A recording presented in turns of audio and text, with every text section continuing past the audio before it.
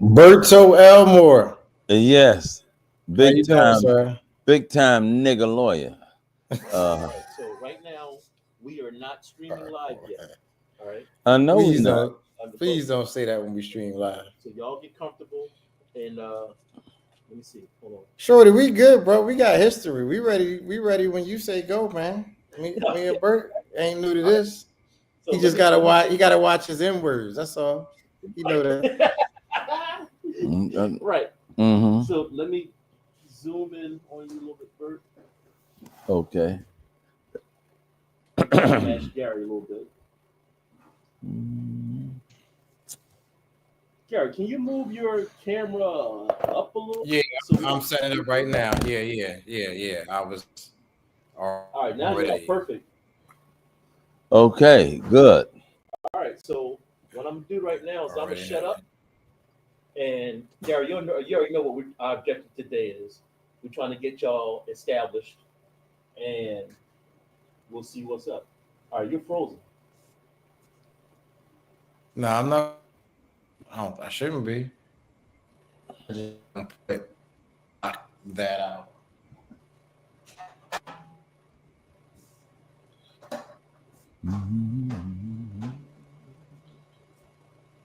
Okay, I'll put it that way. All right, so what I'm gonna do is, all right, I'm waiting for this Gary to like his You're interference. not Maybe his you're not connection. coming through that like Yeah. clear, Gary. All right, so Bert, I'm about to go full screen for you. All right. Okay. So So when are you gonna start? when I do this, that means I got to guess. Or I'll just say, hey, I'll just speak out. I'll say, hey Okay. guys, we got to guess. I'll just say it. All right. You All ain't right. gonna have that many guests, but you're just getting started. Yeah, but we'll see. But people also put questions in the chat like they did last time, Oh, all and right. I'll post Well, up there. all right. That's your So area. if you see something at the bottom, you can just read it. All right. So Yeah. let me make sure Gary's ready. Hey, See, because he looked like he's stuck. yeah, look like you stuck, Gary. All right, is that better? Yeah. Yeah, Is Maybe that we need better? to. Yeah, that's yeah. All better. right. Now you moving and we can see, but for a minute there you look like you were stuck. All right. So what I'm gonna do is Yeah, I was in the wrong. I was in the wrong. I'm going to hit go live in 10, 9, 8, 7, 6, 5, 4, 2. Go live, bro. Hey, what's up? Listen, this is Bert Elmore. And tonight I'm doing this. I told everybody I'm doing this Ask Bert thing. I've been asked to participate in it, and we got a guest.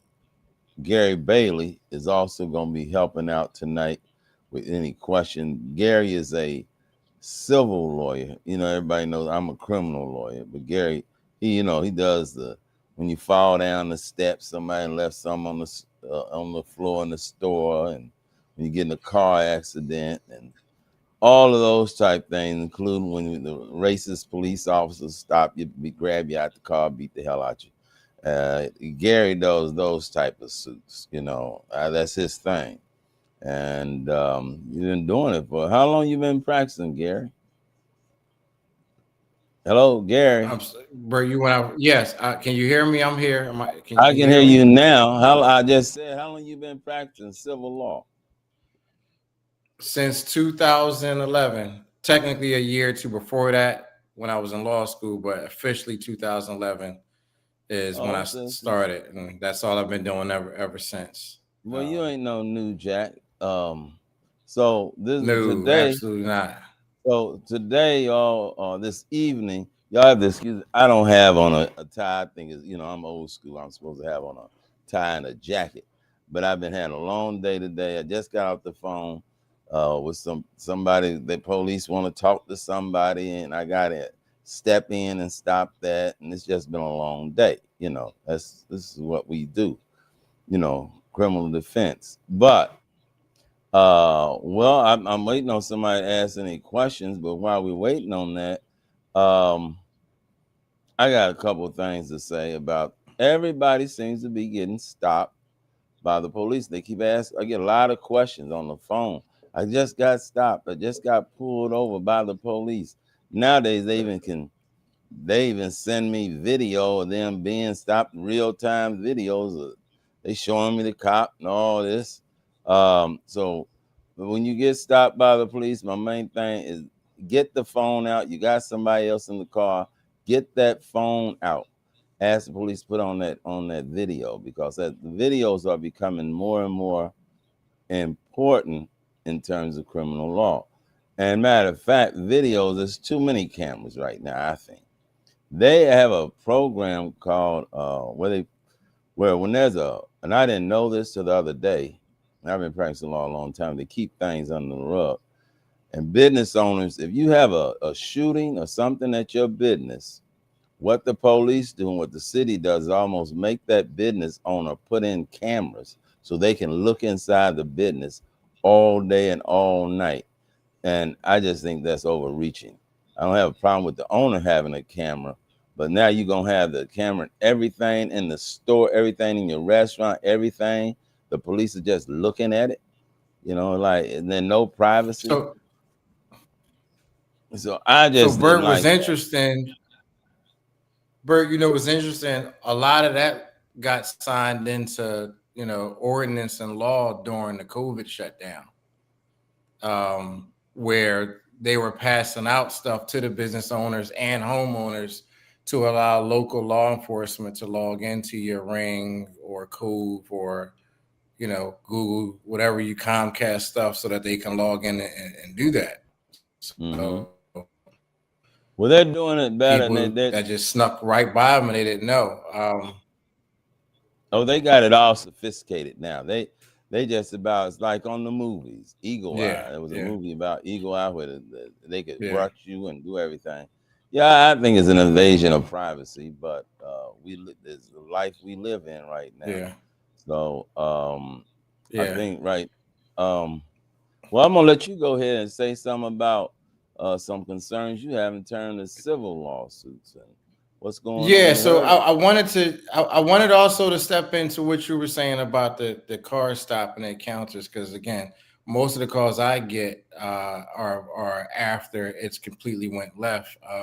Recently, because I'm licensed in Florida, also I had two people, one white guy and one black guy, so it's not even really a racial thing in that regards, but both of them got tasered from police stops. One was a suspected DUI stop where a white guy got tased.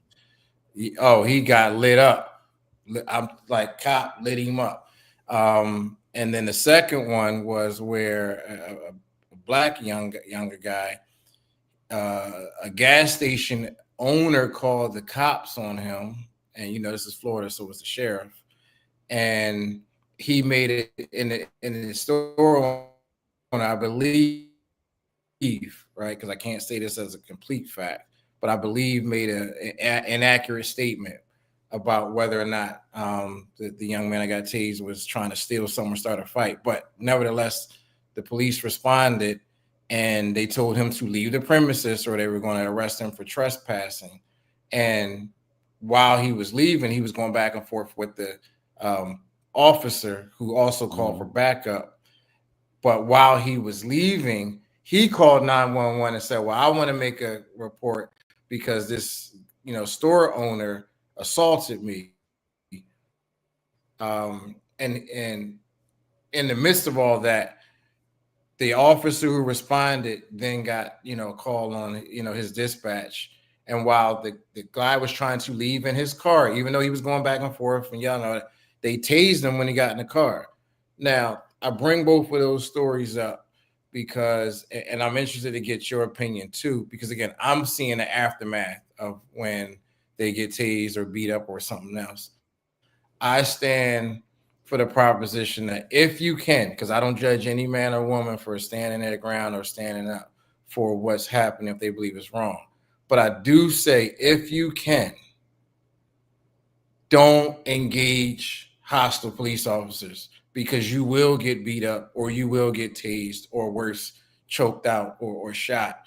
And as much as I like money and as much as I like clients, I don't want that call. If it can be avoided, I would rather you be able to get home to your family safe and sound, and then you file a complaint with internal affairs or whoever else you got to do.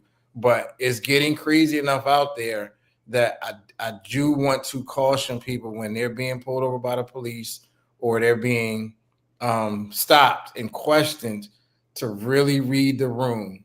Because when you say, "Well, I know my rights, I'm not getting out," you're supposed to do all that.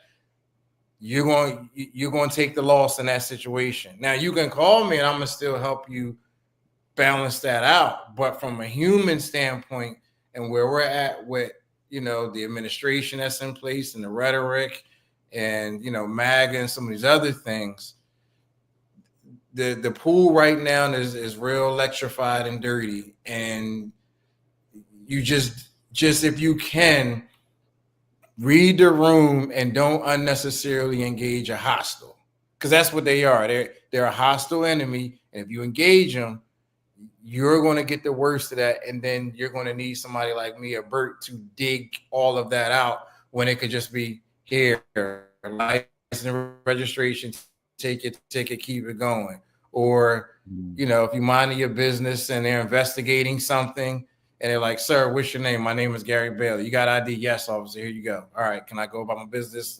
Don't I know my rights and don't do that, because they're operating right now with beat you up, lock you up, shoot you first, and then they'll figure out how to answer the questions on the cover up later. And it's just not worth it. But you obviously, Bert, on the other side to where they're getting charged and dealing with other stuff. So what's your thoughts on my stance from the civil side, which is to not engage hostiles? Well, my position is like, if you are not doing anything, and I think I was protesting in the 60s and 70s, and I think maybe sometimes we become a little bit too passive. That's one of the reasons why we're so quick to this society seems like and the present administration is openly being hostile to African Americans and people of color, especially in this country. And we got to some kind of way push back too. I often there's a balance that we have to have, because we always have lived with this double consciousness. If I do this, it's okay, but if I don't do this, something else is going to happen. It's always, well, I'm gonna cooperate, and then you're so full of anger. I'm not cooperating. I'm tired of cooperating. So my position is, you have to learn to, like you say, you have to learn how to read it.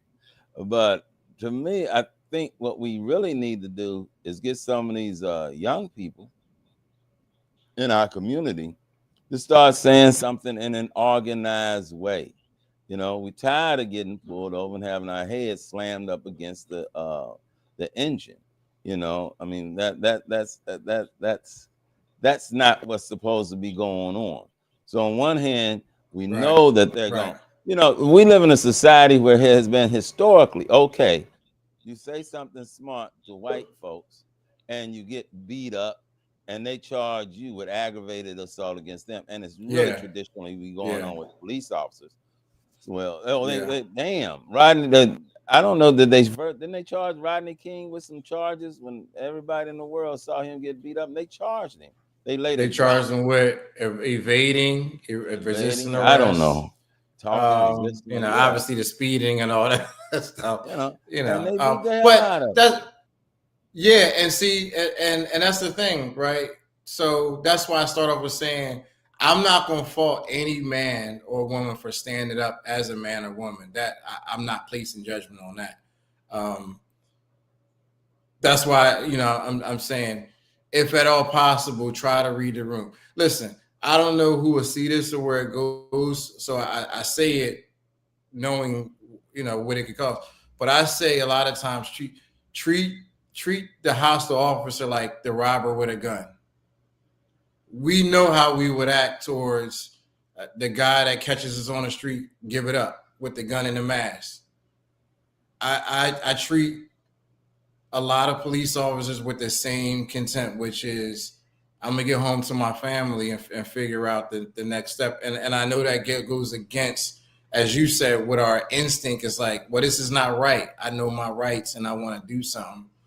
Um, but I want people to live too, and again, I want people to at least, for as much as they can, try to assess what's happening. And if you got a chance to put your foot down and you can assess, nothing's going to go from it, then sure. But if it's going to come at the expense of you getting locked up or clocked in the head, if you make the decision, I'm gonna still back you up. Like I'm gonna take it because I'm still to stand up for you. And when your rights is violated, somebody got to cut you a check. But at the human side of it too, go ahead, Bert. I think one of the things that we need to do is like get on juries. Like you were saying the last time, we need to get on these juries and fight back with these heavy. We get on juries, and then it won't, because as you know, they don't offer us, when they violate our rights or beat us up and stuff, they don't really offer us a whole lot of money, because they know judges are going to probably lean toward the police and believe the police. But if we get on those juries, and they know when they go in the courtroom and there's people like us looking like me and you sitting up in that jury box, a whole lot of us, and and I mean, getting pushed down, like, getting beat up by the police, they give you a $15,000-$20,000. But if it turns out to $200,000 or $300,000, then they'll start maybe respecting our position. I think that's all. That's what it's about.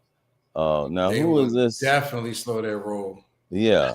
Oh, what's up, man? Berto. Hey, how you doing? What's up, man? This is Dom Shit, one of the biggest people I know in the rap game and the entertainment world here in Philadelphia. Yeah, take this. Don, how you doing? You got it. Do you have a question? I want to call you something else, but do you have a question? Do you have a question tonight, Don?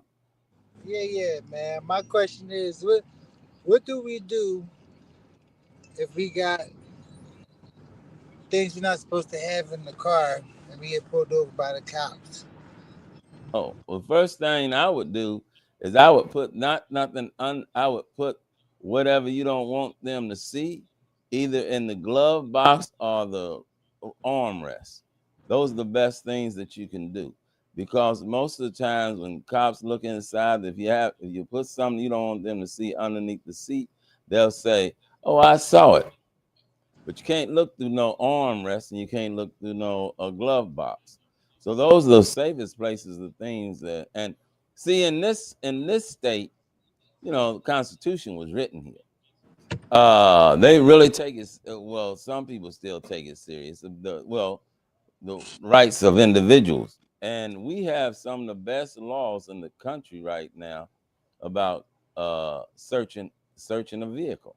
They do not have a right to search the vehicle. That's always important, that you pull over somewhere where you can legally park, so they can't use that excuse the car was a safety hazard, and you put it there, and you just and don't answer any questions. Like a lot of y'all young people, and we know you like to smoke cigarettes.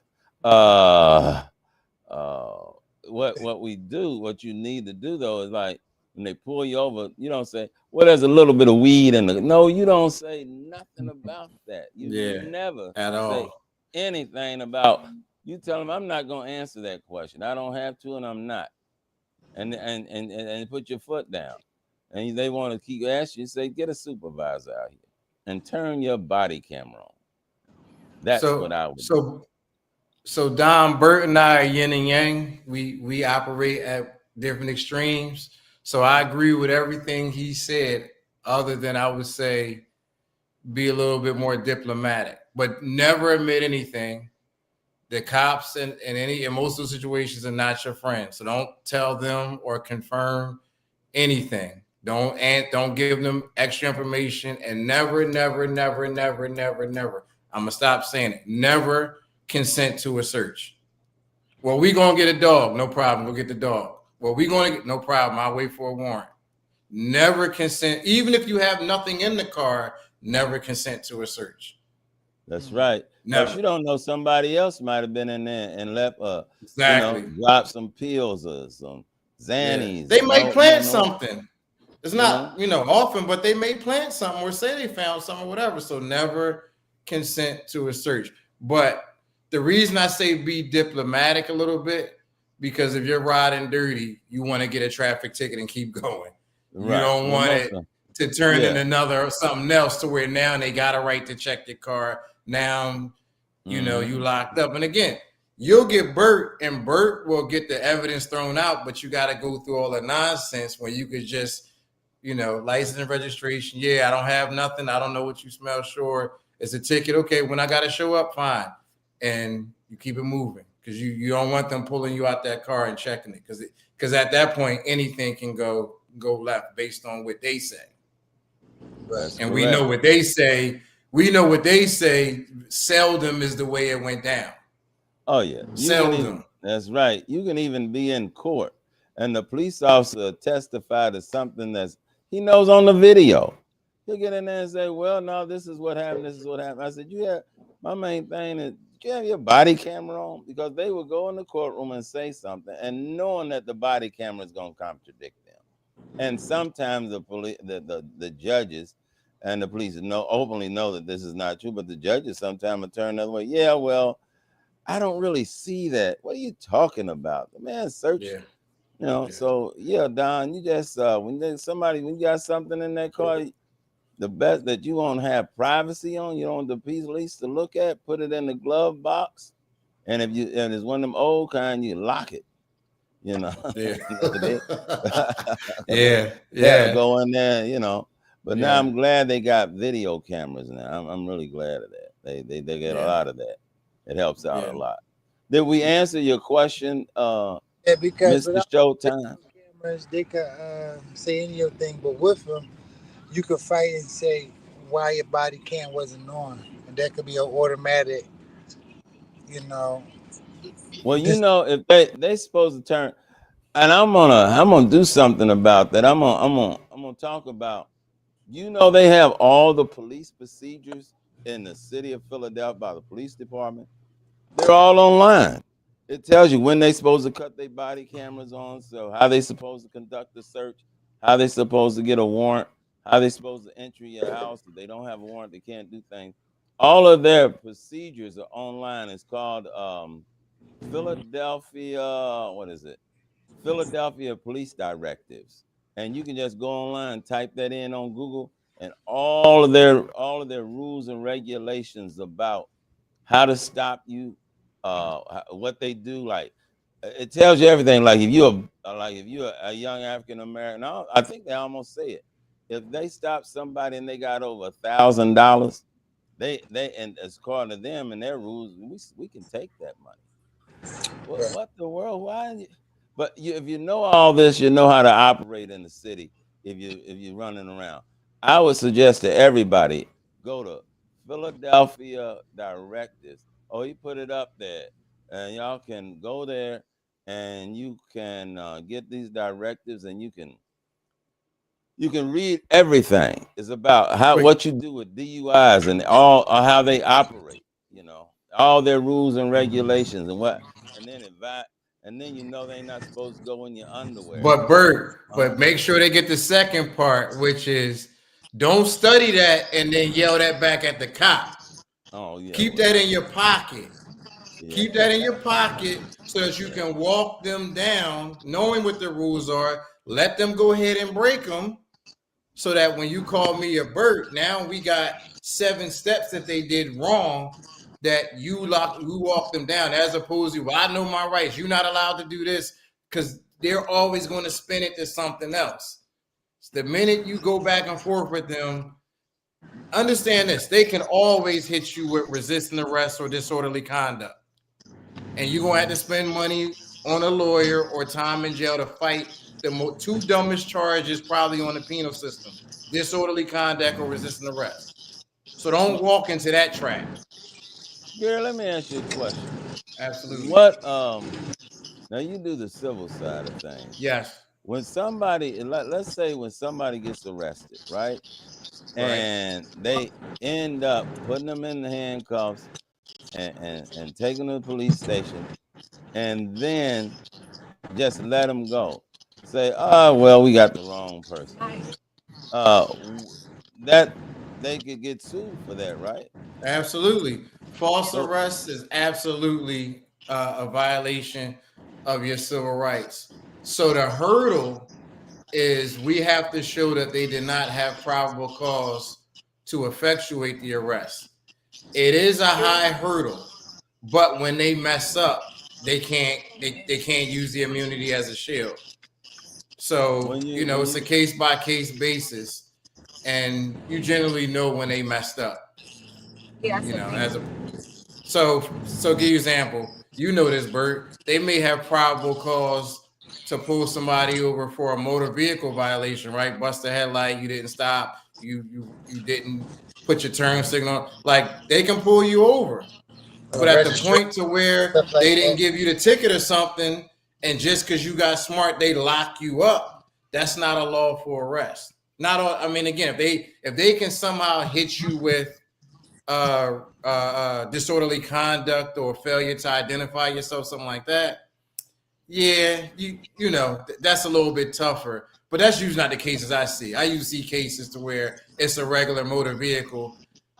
The citizen go back and forth with them, then they yanking them out and beating them up, putting them in cuffs and like that. No, that they're not getting past that. They're not getting past that.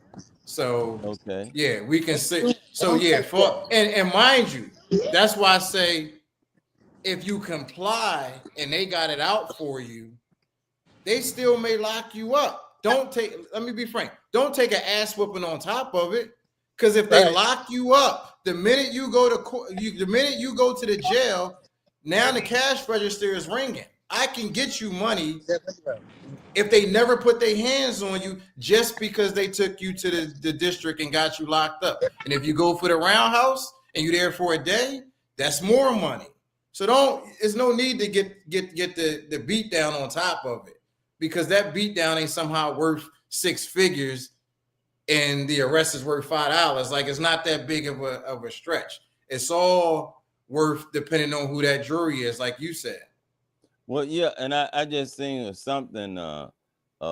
Jessica Mann, who's one of the few black female defense attorneys we have in the city. It's a big Yeah. city, and she's one of the few black female defense attorneys.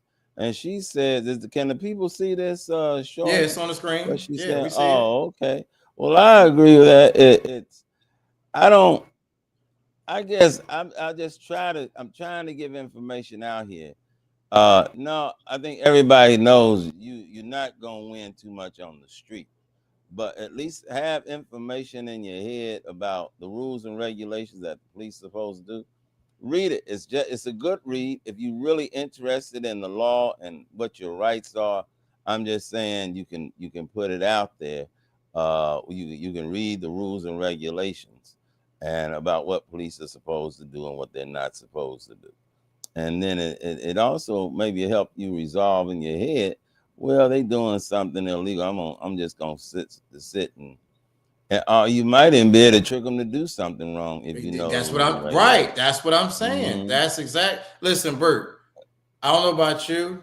I've only been in handcuffs in a police car one time, and it was after I became a lawyer with lawyer on my license plate and giving a cop my card, and he still locked me up because in his mind I was suspicious for DUI.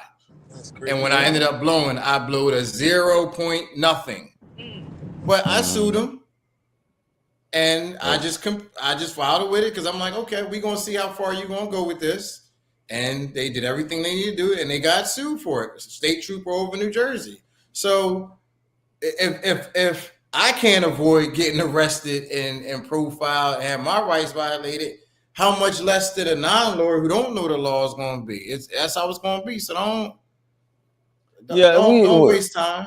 We in You this know. we in this situation where we have to be cool, and sometimes it don't take much for African Americans anyway, with our unique experience of hatred in this country, we move real fast. We can go from 0 to 100, 300 miles an hour in our anger, just like that. I don't lie. I've been watching this stuff. I didn't deal with social media, but some of it is hilarious. I see that. But they make jokes out of our anger. They watch this. You watch. They literally go online. They go on that thing and they say, "Watch this." They do something knowing, and we go from 0 to 100. You know what I mean? Well, we use some choice words. Now, who is this loyalty? I don't know how to. How do we get about getting a record pardon after we've been home for some years? Now, this is, and I have to thank Meek. I mean, it wasn't the best legislation in the world. Meek Mill did a lot, and I've been wanting to tell people when this thing first started off with Meek, years and years ago when it first started. That young man, I was talking to him about the situation. That young man told me, I'm really proud of him because he wasn't even as big as he is now. But he told me, hey, Bert, he was in the hallway. He said, if I get out from underneath this, I'm going to help other people. I mean, this is like 2012, something like that. He said, I see how they doing me, and I got a couple of dollars. He felt bad. He said, I'm going to do something. So he did. And not many young African American men that I meet in that situation follow through like that. He really actually got a law change so that pardons and expungements and probation are better. So this question here, they have, because they rewrote the pardon rules and the probation rules. If you've been out of jail for over 10 years, you are entitled to what I believe is 10, and you haven't had any trouble, you're entitled to a expedited pardon. I don't do a lot of pardons because they take so long, but there are some organizations, non-lawyer organizations, that just do them. But yeah, you can get that. You have to actually, you can save yourself some money. Not that I'm trying to take money out of lawyers' hands, but you can actually go online, and I've had people do it. They go online, they go through the process, and they save themselves some money. They have a whole pardon uh paperwork you can download, and you start completing it. And if you're smart, I would do that rather than paying a lawyer 15 to 2,500, sometimes more, to get your pardon. Now you have to have not had to be arrested. Matter of fact, I think it's the other way. If you've been home for like 20 years and you haven't had an arrest, I think that gives you the expedited pardon. What's wrong, Mr. Producer? Oh, we got somebody. Hey, how you doing, brother? How are Well, you? I'm all right. I'm hanging in there for an old guy. I'm up. I ain't in the bed. So All right. I have a question about everybody's real throaty on social media with threats and things like that. uh Uh First and foremost, how are people reporting that when someone feels threatened? And what's the best way to defend someone that's been accused of a threat?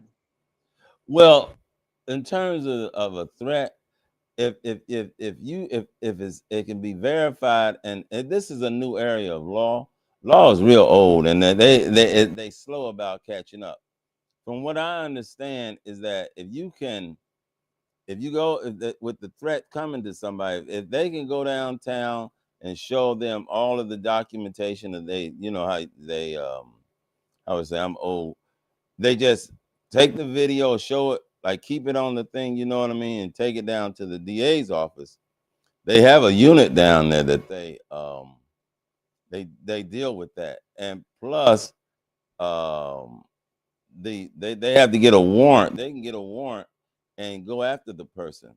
They have a whole complete data bank now. Police departments have where they can they follow everything you do. They can tell you when the person said something, when they didn't say it, what the whole thing.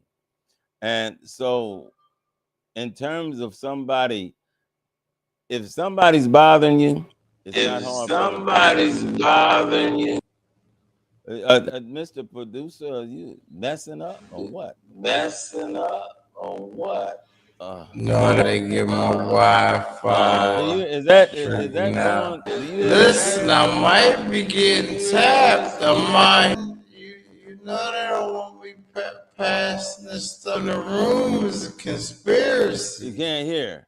The producer got some Gary. I don't know what's going on. Gary, I don't know what's. And I'm sorry, young man. I wish. And you're not that young either.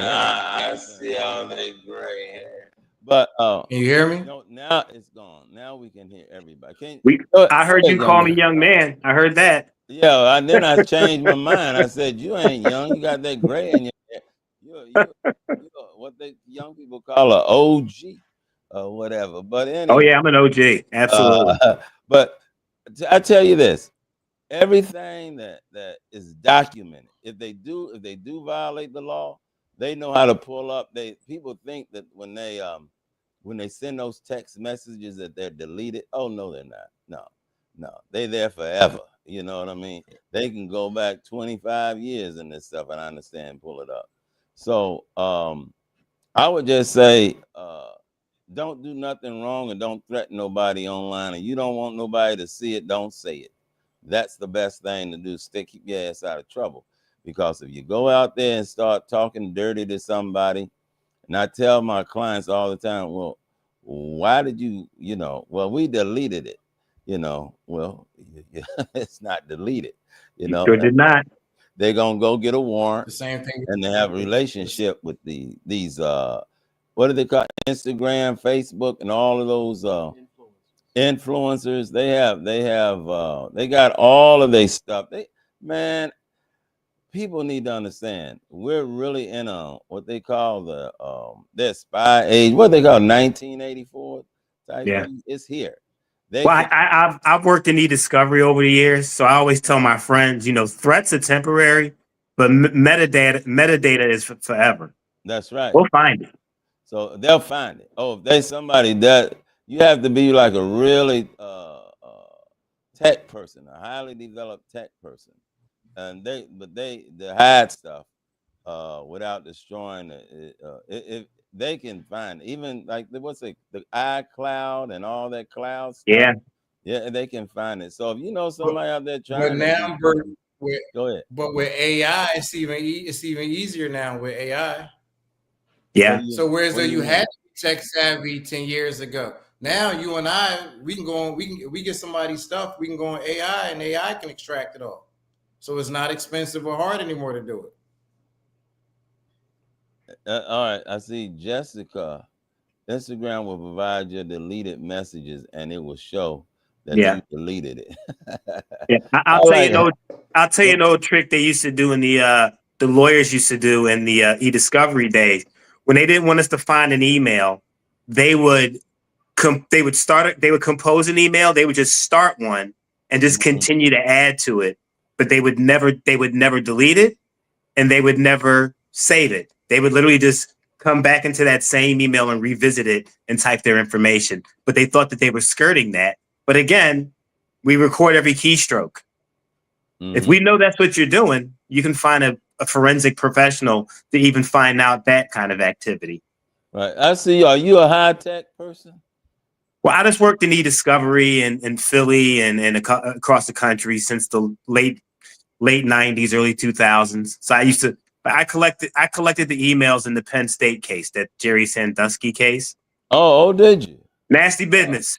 Oh, yeah. Okay. And some of that stuff was really old. Yeah, from the 80s. Back when they used to put them on tapes. They put them on something that would resemble an 8-track tape. And there was a recovery process. But now it's much easier now, just like you said. And just like Gary said, anything that's public, you can throw in an AI search engine and you're going to be able to find it if it's public. not, as long as if it's been out there, if it's been on a screen of some kind, this AI is going to find it. Do you like AI? Yeah. Do you? I'm gonna ask you a couple of questions. Are Oh, you sure. worried about AI? Yes. Like they're applying it to different disciplines. Like there's an AI that's just for law. So the AI is just based on, every docket, every case, all of those specific things. And then they'll go in and kind of use that as a research tool. On the court reporting end, big court reporting companies, they're taking all of those old depositions and they're going to AI those. So now that you're going to be able to find that easier for research and things like that. So, but that's the thing about AI. I mean, AI is only great as what's put into it. So it's still, AI is only as great as humans putting the information into it. So, the AI is going to sharpen it and make it better, but we still have to continue to contribute into it. All right. I know I don't know a whole bunch about. So the thing that people got to understand is we have a problem once AI goes sentient, and I'm not sure we're close to that yet. And sentient means like what you see in the sci-fi movies where AI unplugs itself and now all the computers are just kind of running rogue, doing their own thing with robots and all that. Like I think we'll survive not to be around when that happens. So yeah, we won't be here for that. Oh, okay. So for now, it's just a supercomputer that can process as much as we can feed into it. So the harm with it right now is, as Paul said, if you put trash in it, trash is going to come out. Yeah. And the rest of the world, right, who are not sophisticated, that's going to double check and challenge. Just like Google, they're going to accept whatever it spits out. And that's the harm because it's so quick. They'll take it as gospel. And it's like, no, that ain't gospel. Yeah. Somebody put trash in. So that's trash out. And you got to double check it and make sure. Yeah. Okay. Well, I don't know a lot about AI, but it's that chat thing. I asked it a question, and it started asking me, "Well, what do you think of the good?" I said, "Oh, so it's learning." It does. You instruct it. It said, "Well, what do you think?" I was asking some black question, and it said, "Do you have suggestions that you'd like to give me or talk about, Bert?" Yeah. Like, yo, this damn thing is talking to me like I says it's actually trying to learn. I was kind of impressed with that, Yeah. As long as it continues to learn, like because Gary is naturally suspicious of everything. Oh, they have to be. I love him. I trust none of what I hear and half of what I see. Yeah, that's what they say. My buddy. Right, well, I love him. Well, Gary, Gary, we know you grew up in the hood too. You absolutely, man. Absolutely. Listen, I proudly say I grew up in the hood, but I'm not hood. I'm not that dude. But I grew me up too. There. I got love for my folks there, and I'm always gonna help the people that wasn't as fortunate to get out like I was. So yeah, it is the reality. Well, we going back into this crazy white counterparts always say, "Well, you're different." I say, "No, I'm not. I'm not different. I have a few more blessings, but we all come. We all was 10 feet behind the same race. I just had a couple people that said, "Here's some water. Here's the granola bar. Here's some sneakers." While brothers and sisters and cousins didn't get those advantages that I got. But we all one mistake away from being in the same place. Mm-hmm. Yeah.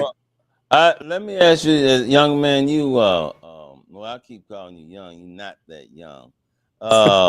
What do you think we need to do to improve this forum that we're trying to start here?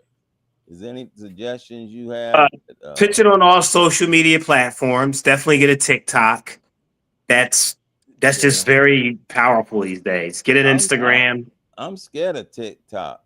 It's very addictive to me. Well, that's the thing. It's probably, I gotta say, in our time, it is probably the best way. I mean, think of the digital divide a regular person now can amass a 10 million following, and TikTok's a great way. It really is. Just 15-second clips. That's also what's great about. And thanks for calling me young. I'll be 55 in January. I thought so. But the deal is, we are a 15-second clip gig economy awareness space now. And if you hit people like that, they'll then come and greet you. So 15 spicy seconds, your 15 best seconds, and it's going to bring people to start, oh, I want to find out what Bert's talking about. And then next thing you know, a viral clip is like, it's such currency. That's the thing. A viral clip is currency. It can catapult 50 followers to literally 50,000 in days, because there's so many eyeballs out there, but there's a competition to get them. So that's why you got to do it. You can't be long form to bring them in.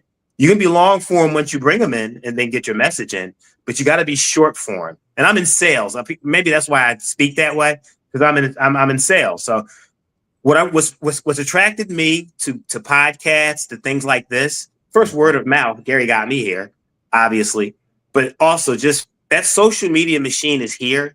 So you got to lean into it and use it. You do.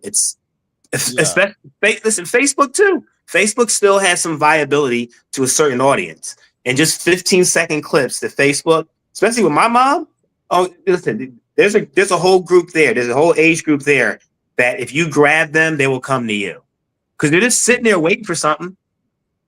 Yeah, we've come to that, right? We've become a culture waiting for the next viral moment.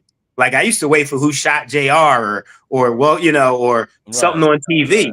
Now it's the viral moment. So that's the thing. 5 seconds on Ask Bert could turn into something a year later that's like phenomenal, just because of what might even be something you said, something somebody else said.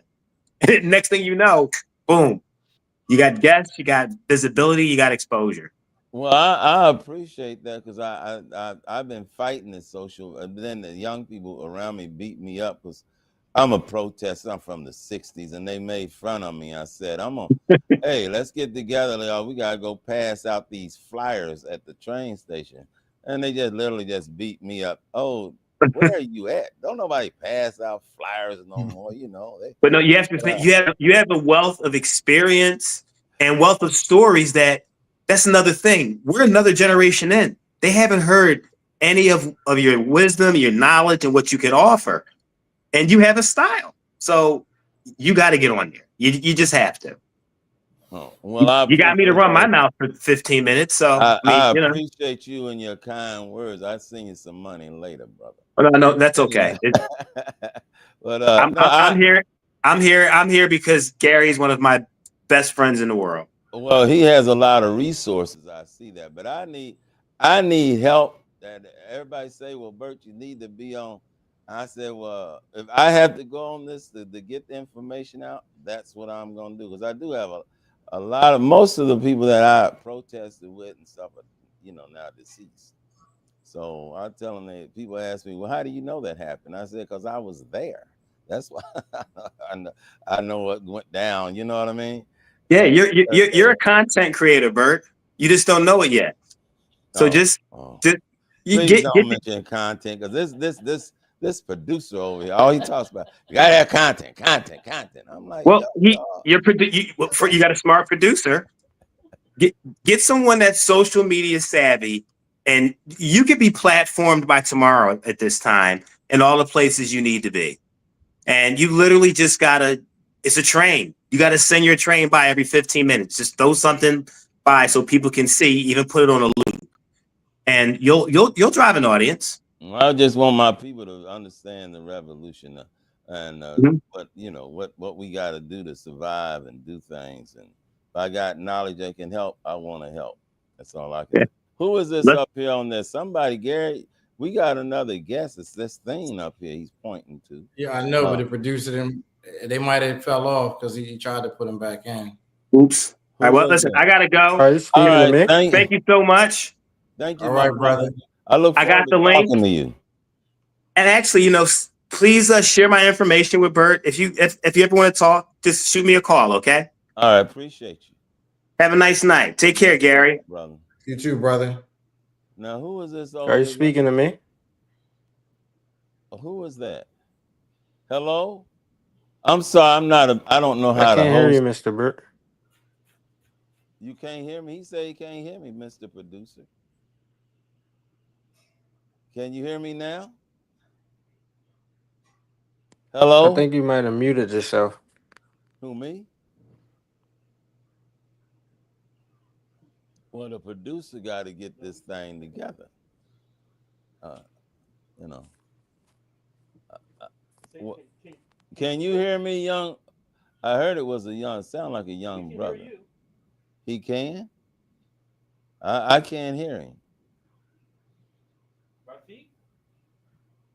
Well, we also got a question in the chat room, Bert. Rafiq Saints writing a legal memorandum on the judicial opinion on Louisiana versus Calais. Now, that's a Supreme Court case about redistricting and whether or not the Supreme Court is going to strike down the Voting Rights Act based upon the redistricting being based on race. So I guess he wants, some tips on. Well, you obviously know more about it than I do. Well, I don't remember. I remember. Well, it's current now, right? So we can collaborate. We can collaborate that. And here's what I mean. You were around when the Voting Rights Act first came in, right? I remember that. Right. So you can speak to that part, which is that it was created to make sure that minorities were adequately reflected in the House of Representatives. So they had to do redistricting to make sure that the Black and Latino vote, but mainly the Black vote, was not diluted. Right. Well, I remember, back in the 60s, I remember they had the March on Washington, then they passed the bill. But, our people had to run out of the South because they were, actually, and I'm bragging about this, Fannie Lou Hamer, who was instrumental in changing the Voting Rights Act, changing the conditions of Black people so Black people could vote. I actually got a chance to talk to her over the phone. Very nice lady. One of my friends, we Mississippi. I almost said we Mississippi niggas, but no, but she was from Mississippi. And my friends in Indianapolis from Mississippi, and I'm talking to him, and I said, "Yo, it was like I said something about Fannie Lou Hamer. He said, that's my cousin. I said, you can get her on the phone, and he did. I was like, I guess I had to be about 18, 19, something. I was a teenager. That was one of the biggest joys of my life, to actually talk to such a historic figure, Fannie Lou Hamer. The brother's back. Are you back? Yeah, it's me. It's me, Rafiq. Young boy Rafiq from the neighborhood? Yes, sir. Oh, I know you, Rafiq. Oh, I'll tell you about Rafiq. Rafiq was just a kid around here, and he's a smart kid, and I gave him some money. I said, show me your report card, boy. And he showed me his report. I said, you got some A's. So I gave him some money, and I said, you stay on them A's. You get A's. Rafiq never looked back. Rafiq got he's an A student now at Lincoln University. Told me at 14, I want to be a lawyer. And now he's getting ready to graduate and taking tests and stuff to become a lawyer. So I have a lot of respect for that determination and that drive. I just had to let people know that. I hope you don't mind, Rafiq. No, I don't mind. I appreciate it. No, because you think you the shit. I mean, you think you. I have to watch. I'm on this thing here. I'm on this thing, so I'm gonna watch what I say. But no, that's good, buddy. I'm real proud of you. So, what's your question? No, I was writing for my final. I'm writing a judicial opinion on Louisiana versus Calais. I believe the name is, if I'm pronouncing it right. And I just wanted some tips. Oh, what about writing a memorandum of law? You Yes. better talk to Gary about that because I'm not doing too much writing anymore. Well, if you're writing a legal memorandum about a particular case, one of the things that we learn in law school is a particular outline format: conclusion, rule, analyze the rule, give the conclusion again. That's the most basic format that we always follow in legal writing until you get to a point to where you can just freestyle and really use a voice like your own. But if you wanted to make maximum effectiveness to your teacher and give yourself a format that's going to serve you well, go with that. State what the conclusion of the case is, break down a couple of the rules of law that they're talking about, give some analysis of those rules, and then finalize it again with your conclusion. Because I I hate always I hate to uh, say this, but you can almost Google or go to that all that AI stuff and ask for a little bit of summary about it, but then expand on that.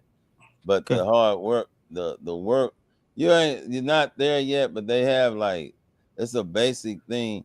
You know where you what could I look would up do? where you could look Go up all the cases and everything. Is that what you're referring to? Well, you can look up all the cases online now. It used to be we had to use the books, but they don't use those anymore. Gary, were you in school when y'all had to use the books? The stacks you had to Yeah, go through. I was the last class to where it was a little bit of books, but the first part of Lexis and Westlaw. Okay. Because So I back in still the have books because the truth is sometimes it's quicker to go through the book when you're familiar with what you're looking for. But my employees, they have no concept of books. It's all online for them. They went right, through law school only with legal research online. yeah. Well, Rafik, if you call me, I'm gonna put you down with some people that Jeff just left law school. Not like Gary and myself that's been away that knows how to tell you how to do everything on the computer, you know. And Mm-hmm. we got some people. You call me and email me or text me, and I'll put you down with some real legal geniuses that know how to do that. But this is such a big case. They got a whole write up on it on Wikipedia. Other law schools and wrote stuff. So you got a ton of information to where you can put some of that together. But the key is to put your own analysis of that stuff to identify to the teacher that you're speaking in your voice too.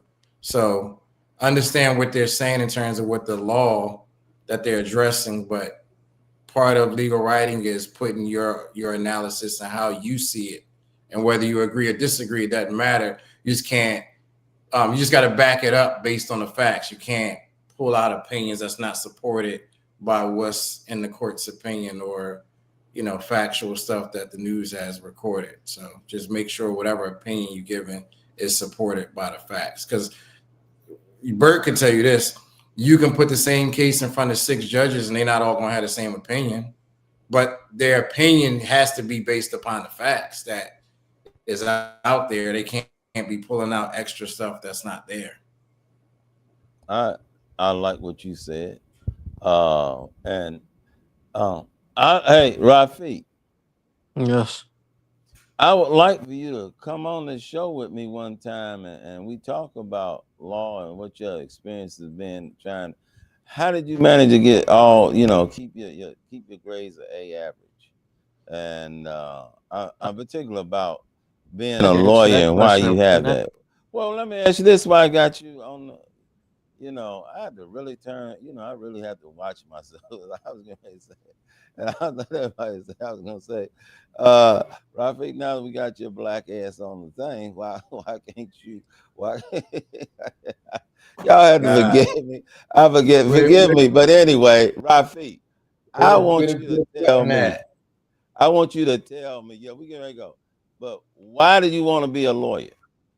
Tell us that. Um. Well, I would say the main reasoning, is the environment I grew up in. It's not. it's not more so of the fact that oh, I just wanna show like I just wanna show something different, because it's not common. Like that's one of the reasons why I even wanted to become a lawyer, or the reason why I strive to get all A's, a constant reminder every time I go back to the environment I'm coming from. Oh, I feel like any change is a good change. Like I see the movement you push and everything, and we have a real see it to believe it type of culture, I feel like. So even with the friends I hang around, even me just going to school has made a noticeable change in certain people's lives, seeing that, oh, it can be done. I feel like a lot of people that come from these unfortunate neighborhoods, they limit themselves. They limit themselves off the rip and say, okay, and just accept the terms that they are subjected to, and just the cycle that we just been put in. Like, so with that being said, it been mainly just to show people like you can do it. Like oh, it okay. can be done. You letting And everybody in the hood know that you can do it from where you come from. hmm Yeah, that's a good thing. Well, listen, we're gonna have to start to wrap this. I'd like to talk to you more, Rafiq. I apologize, everybody. I know it's not as smooth as it should be, but we getting it together, and I appreciate everybody calling in and texting, like Jessica, man, big time Jessica, man. She's watching, so I feel special already if she takes time in her evening to listen to my dumb ass say some things, but I'm just Gary. I appreciate you. I appreciate everybody that is listening. Take time to listen to this. It's gonna get better, y'all. As it gets structured, we just starting, and this thing is gonna be okay. I can feel and I can tell you. So right now, Gary, thank you. Rafiq, everybody out there that took the time out of their time to look at me and look at Gary and listen to us. We appreciate it. So Gary, you got something to close us out with? Yeah. So, before we had our first guest, you were talking about it, and we have to. I think we have to make a call to action every time. Serve on these juries every time you um, step aside from jury duty. A black man or woman goes to jail or does not get the money they're supposed to get when their rights are violated or they're injured. So we have to serve on juries. That is our most biggest opportunity to undo the injustice that is levied against us all the time. So serve on those juries. We gonna keep I saying it, agree Bert. 100%. And we're gonna talk about that what is not guilty campaign at length one of these days on this about getting black people on juries and using those powerful Yeah, words. I want not guilty. yeah. Well, the producer telling me to shut up, so we'll go ahead and get off. All right, thanks everybody. Producer, can we gonna stop? You done now? Okay, good. Uh, all right. I'll see y'all till next time. We'll take this off All stuff right. off. Yeah. All right, later.